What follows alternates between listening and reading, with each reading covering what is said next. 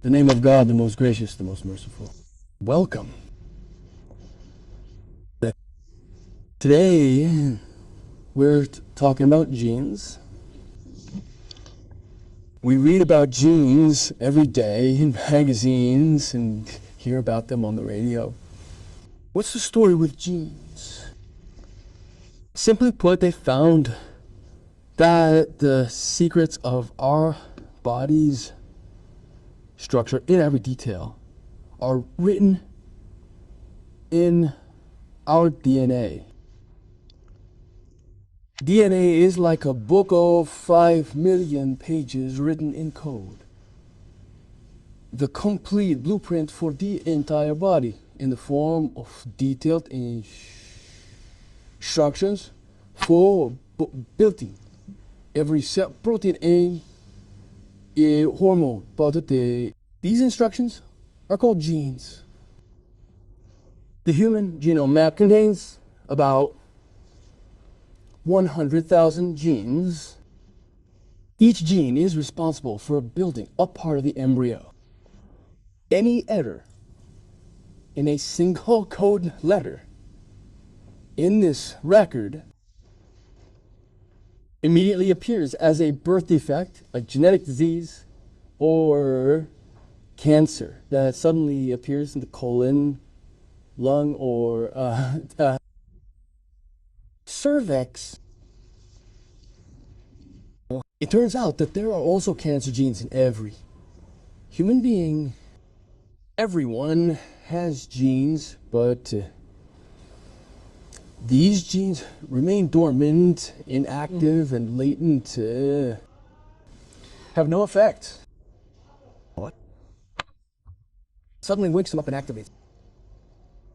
Bad habits like smoking and alcohol addiction, or due to food contamination or pesticides or exposure to radiation. Suddenly, these genes wake up and cause cancer, resulting in the onset of a terminal illness. The idea now is to treat these diseases by introducing healthy replacement genes. How will they introduce the genes into the body? They put them in a virus and infect the body with this virus. So the gene enters the body. The whole world is now busy researching genes and DNA. Every country is trying to create a team to map the entire human genome via. The strange thing is that the word gene in Arabic is 2 letters.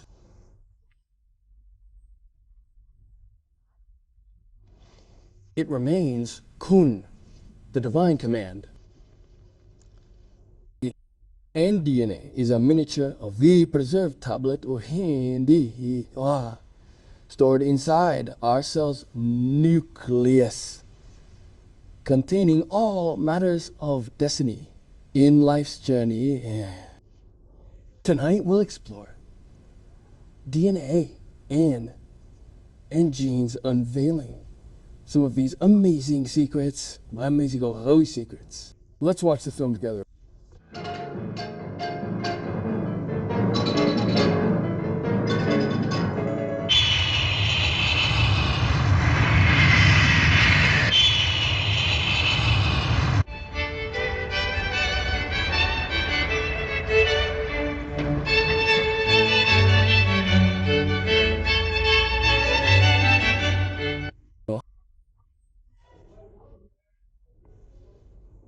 This boy is lucky because it was predicted he'd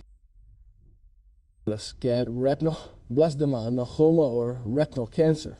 As the vial carries the cancerous gene, his father passed it on. So early signs were expected.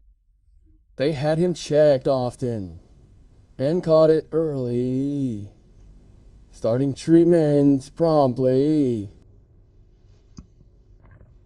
He's being sedated to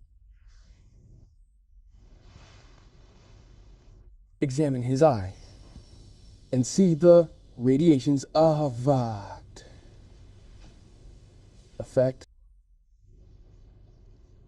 The cancer was in its early stages treated with deep radiation. They say the cancer is shrinking دائما.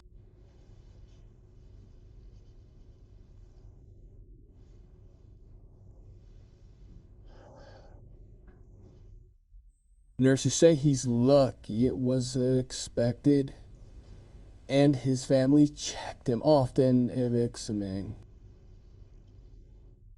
He's sedated,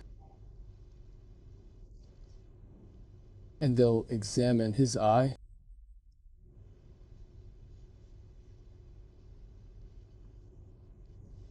Notice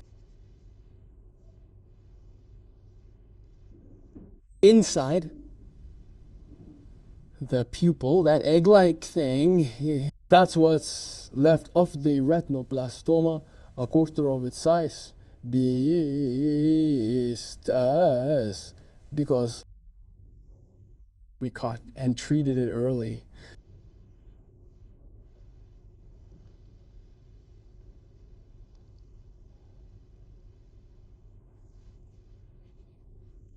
The family has a grandparent, aunt, or uncle who lost an eye to retinoblastoma. The gene runs in the family, passed down through generations. This is his father also carrying the gene, but he escaped it. A cancer gene doesn't guarantee cancer. It can be dormant, inactive, and do nothing. And it could lead to cancer. This is the father who discovered the gene in him. And this uncle had his left eye removed and replaced with a glass eye. And this one also had an eye removed and replaced with a glass eye. And this is the mother of the 6-year-old, and this is his father when he was young.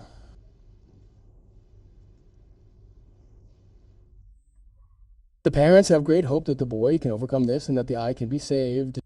That, instead of removing it, the cancer might dissolve and we won't need to remove it.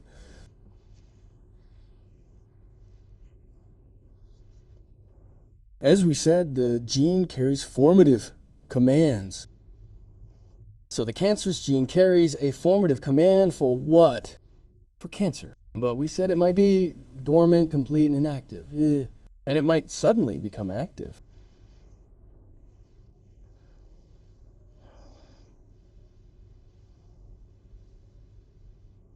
It's clear that what? Vision hasn't been destroyed in the affected eye. The affected eye is the right eye, I think. And the boy can see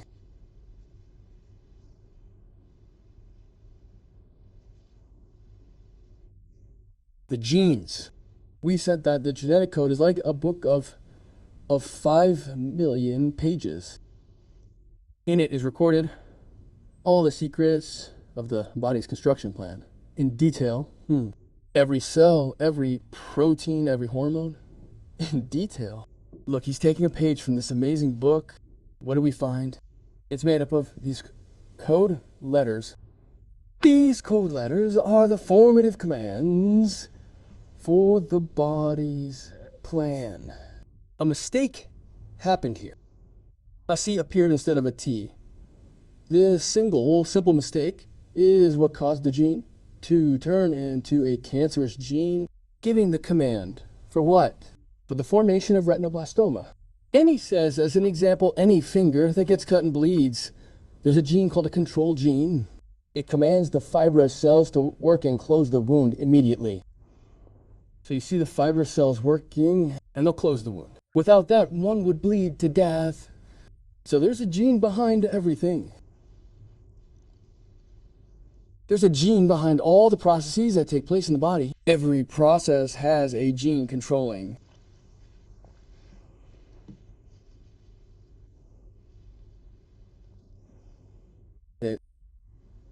So the whole world is now focused on discovering the plan. The genome. The human genome, which is the genetic code and its contents. And what are genes? And what is the function of each gene? It's called the human genome. And as we said, there are 100,000 genes. And each gene is responsible for a part of the embryo and a stage in its formation. And any error in these code letters means that a disease will appear at a certain time. Cancer or a birth defect or a genetic disease. Imagine 5 million pages filled with letters like this. See the plan here: to be a gazelle, a bird, a human, a butterfly, or an insect. The genetic code carries the whole plan. This is called Bob Weinberg. He was the first to discover the relationship between genes and cancer. And it's a really important discovery. And he did a dangerous experiment. The experiment he did was that he took the genetic code and then took the genes of cancer from a mouse with cancer. This mouse is sick with cancer, a cancerous tumor in the brain. So what? He took the tumor itself, and then he extracted from it the genes of the genetic code. Here, we'll see how he extracts the thread. This thread is the genetic code, and he put it in healthy mouse cells. And the result was very strange, that this genetic code gave an order to the healthy cells, so they all turned into cancerous cells. And this is strange. It really means that the gene carries an order and information. And this information, the gene has the ability to execute it. So it can turn a healthy cell into a cancerous cell. And here on the right and on the left, there are two strands, and we'll see one of them, which is the right one. There is a structural error or a code letter that came down wrong. Did it wrong. Any error, we said, in these simple letters means a different command immediately. We'll see here.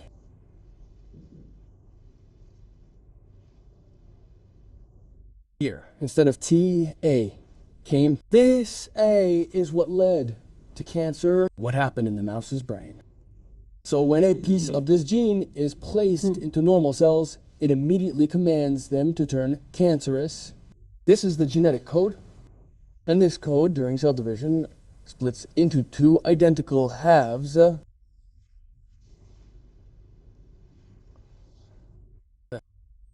And each half, watch how it splits. It splits like this in two.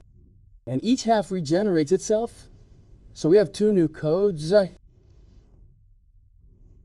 needed for the two new cells because the cell divided. Thus, the genetic code renews itself with each division, making an exact copy. Secondly, they discovered receptors on the cell surface. These receptors receive growth commands, and based on these commands, they divide. Any defect in the receptors, see here how it shows a defect. A defect occurred in the receptors due to the gene. So, the receptors give spontaneous random division commands, many times more than usual, causing cancer. What affected these receptors? What made them deviate like this? The developmental gene. This gene, a cock party for Dr. Suleiman, who discovered the gene responsible for breast cancer. Women celebrated him greatly because he became their hope for treating cancers genetically or in a new way. So they held a party to raise donations for his research. He's the tall one standing, Dr. Suleiman, who discovered the gene responsible for breast cancer.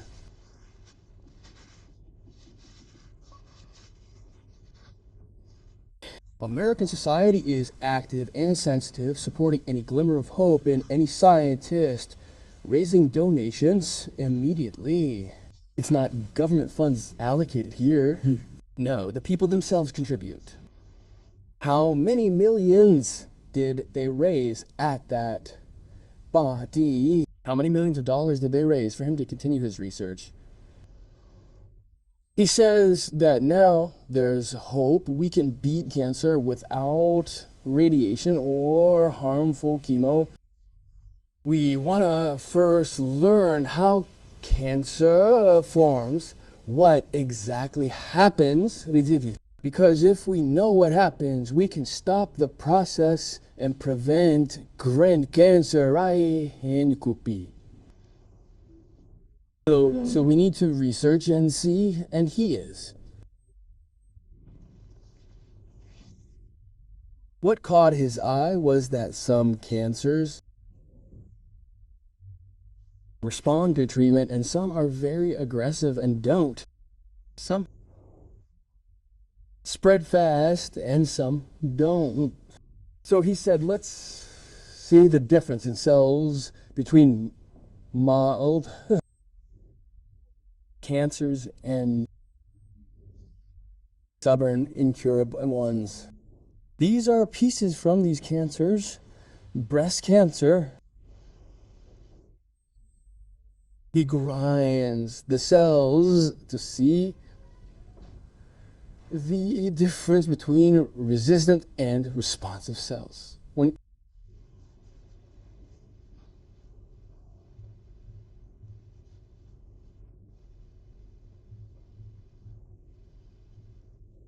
First, he noticed the gene of the aggressive cancer cell. It leaves a strong, dark mark. See its shape here? It's called magnification or amplification. The gene gets amplified. Why? The gene's active copying itself, making copies. So the effect of this gene is doubled and amplified in molecular chemistry, cell sign chemistry. The gene leaves a shadow like this. See how the gene prints itself? It's copying itself quickly, so its effect is doubled. He said this gene makes these receptors. The patient whose cells are showing signs of accelerated growth, resulting in cell division and proliferation division, and the tumor is growing. So the whole issue is that the gene affects the receptors. What proves this is the second experiment we're seeing. They take very thin slices of this cursed cancer, the malignant one that doesn't respond to treatment, and they'll see what the cells look like. Here, we'll find the cell wall is thick, so thick that the cells look like circles. See how thick the wall is? Why is it thick? Because there's a cascade of growth signals constantly bombarding it, coming from its receptors. There's activity in the wall itself, a source of tremendous electrical signals commanding growth. Whereas this is the terrible cancerous tumor but in tumors that aren't, the wall is barely visible. And it's all due to these receptors. What's happening in the cell receptors? So he said, well, let's think of a good idea. Let's create antibodies for these receptors. And these antibodies will paralyze the receptors. Like this idea. Since the issue is with the receptors, Let's make antibodies to paralyze the receptor's activity. So he went to a large company that makes antibodies and vaccines and things like that, and asked them to prepare a vaccine for the receptors specific to this particular aggressive cancer. It took 2 years. The company spent 2 years preparing these antibodies that target the receptors in the cancer cell wall. And now all that's left is to test it. Test what? He put ads in the newspaper looking for volunteers, and at the same time he started testing it on mice. These mice, he first induced cancer in them. He took cells from breast cancer and injected them into the mouse, and then he'll test what? See, the poor mouse is getting a tumor as a result of what? He'll test the antibodies this company made on it, and at the same time, see other mice that didn't get the antibodies and see the difference. And he found a big difference indeed. This mouse that didn't get antibodies, see how the tumor multiplied?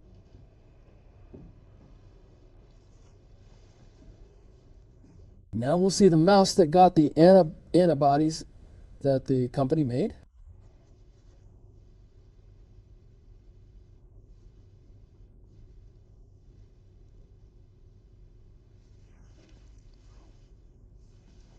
See, it's clear there's a big difference, that the antibodies really shrunk and reduced it, while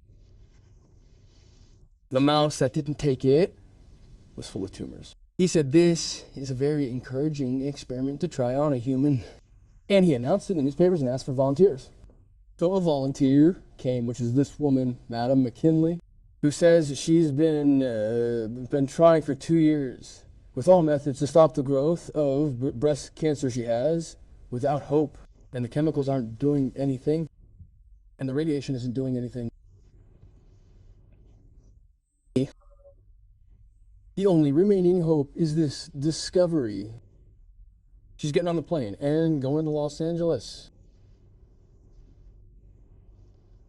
And on the plane, she's writing her memoirs.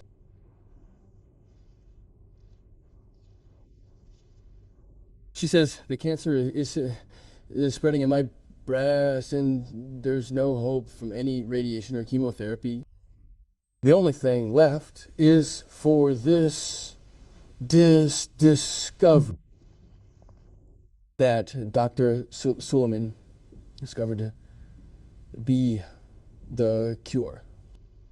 These are the last words she writes while on the plane. And she imagines and hopes that this treatment will really work. She and her husband are going to the hospital for the scheduled interview.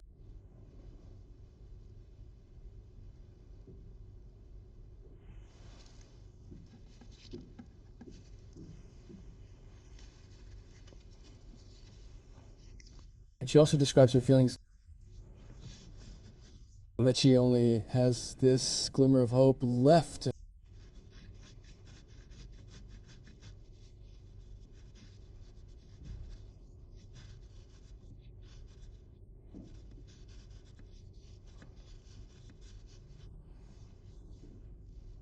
And that this is the last thing left, that she's tried every treatment and nothing works.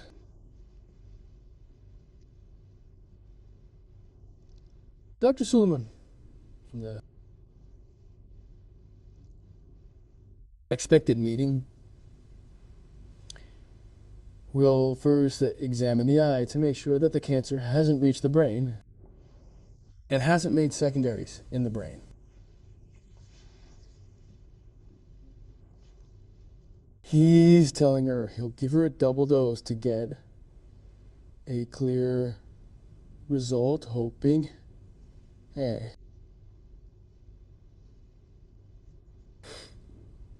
for the best. Okay. He'll examine the eye closely. See the back of the eye. No spread to the brain yet, which is good.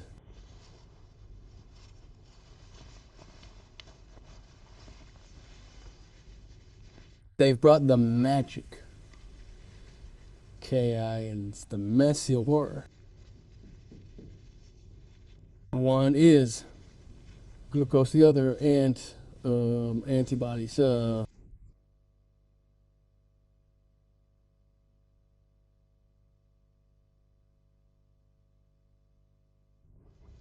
They'll inject directly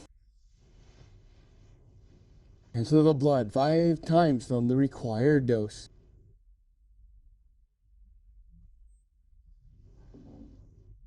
He wants to know for sure. Eliminate all doubt.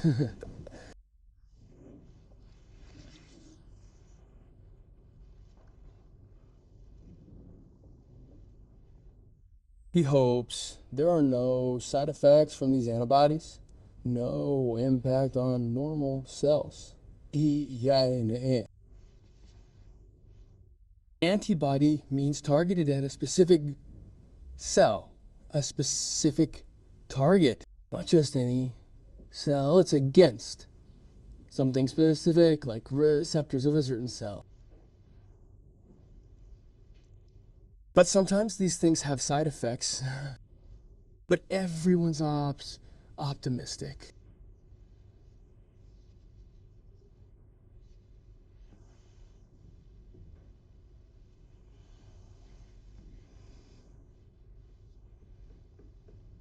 As we said, he gave a double dose 5 times the dose. Then he'll do something else important, give her a radioactive injection. This injection will let us track where the antibodies go using a gamma camera.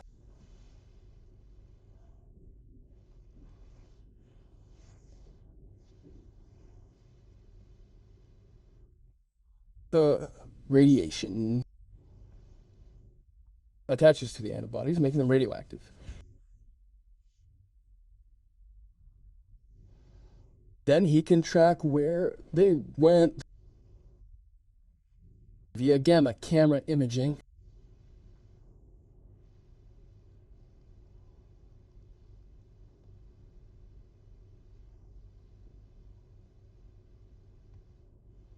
Here's the radioactive injection.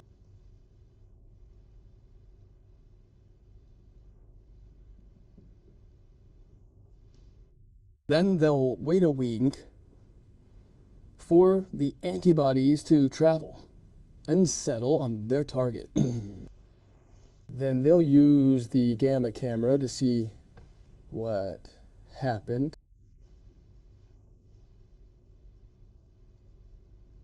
Here's the gamma camera after a week. They'll see where the antibodies went and great. The antibodies all gathered in the breast area, specifically in the cancerous tumor. This means the antibody went where it was supposed to the receptors. Mama. So it must have blocked the receptors.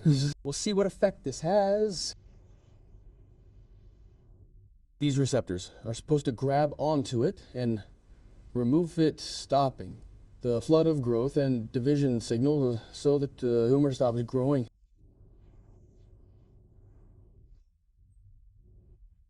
Responding to chemo.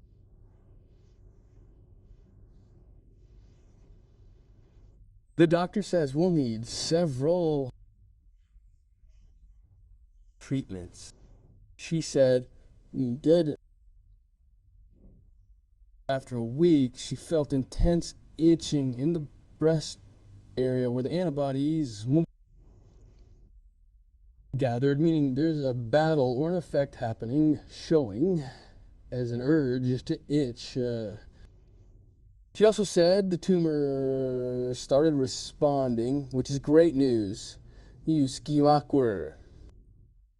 Another researcher, Banamji Batsky Dean, had aggressive breast cancer and was unsure how to treat it.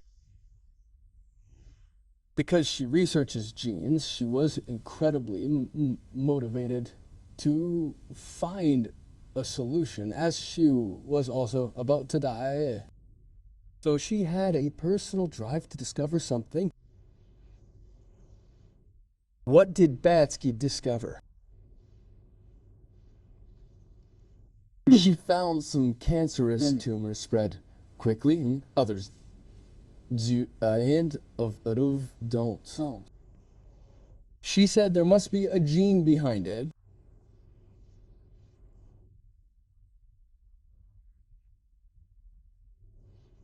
She researched the fast-spreading tumors and discovered a gene called NM23. If this gene is active, it prevents spreading. If it's inactive, the cancer spreads. So a gene controls cancer spread. This gene, NM23, prevents cancer spread when active. Surprisingly, she found this gene in a type of fungus called slime mold. This experiment will show the difference between cancer cells that spread and those that don't, hence the different color. The dark yellow, brown ones are the ones that spread. It means the NM23 gene isn't active. So the image shows a color difference. It really means this gene impacts cancer spread. His puss. And like we said, she found it in slime mold. It controls the mold's spread. We're still on the first breast image. This is slime mold. This slime mold, spreads fast. When the weather changes and dries, it stops spreading. It stops. The NM23 gene controls this, yes. Meaning the same gene controlling cancer, spread controls this mold's spread. The question is, can we treat fast-spreading cancers or with NM23? That's the researcher's natural thought. She wants to find a way to control cancer spread, which will kill her, who's at the body.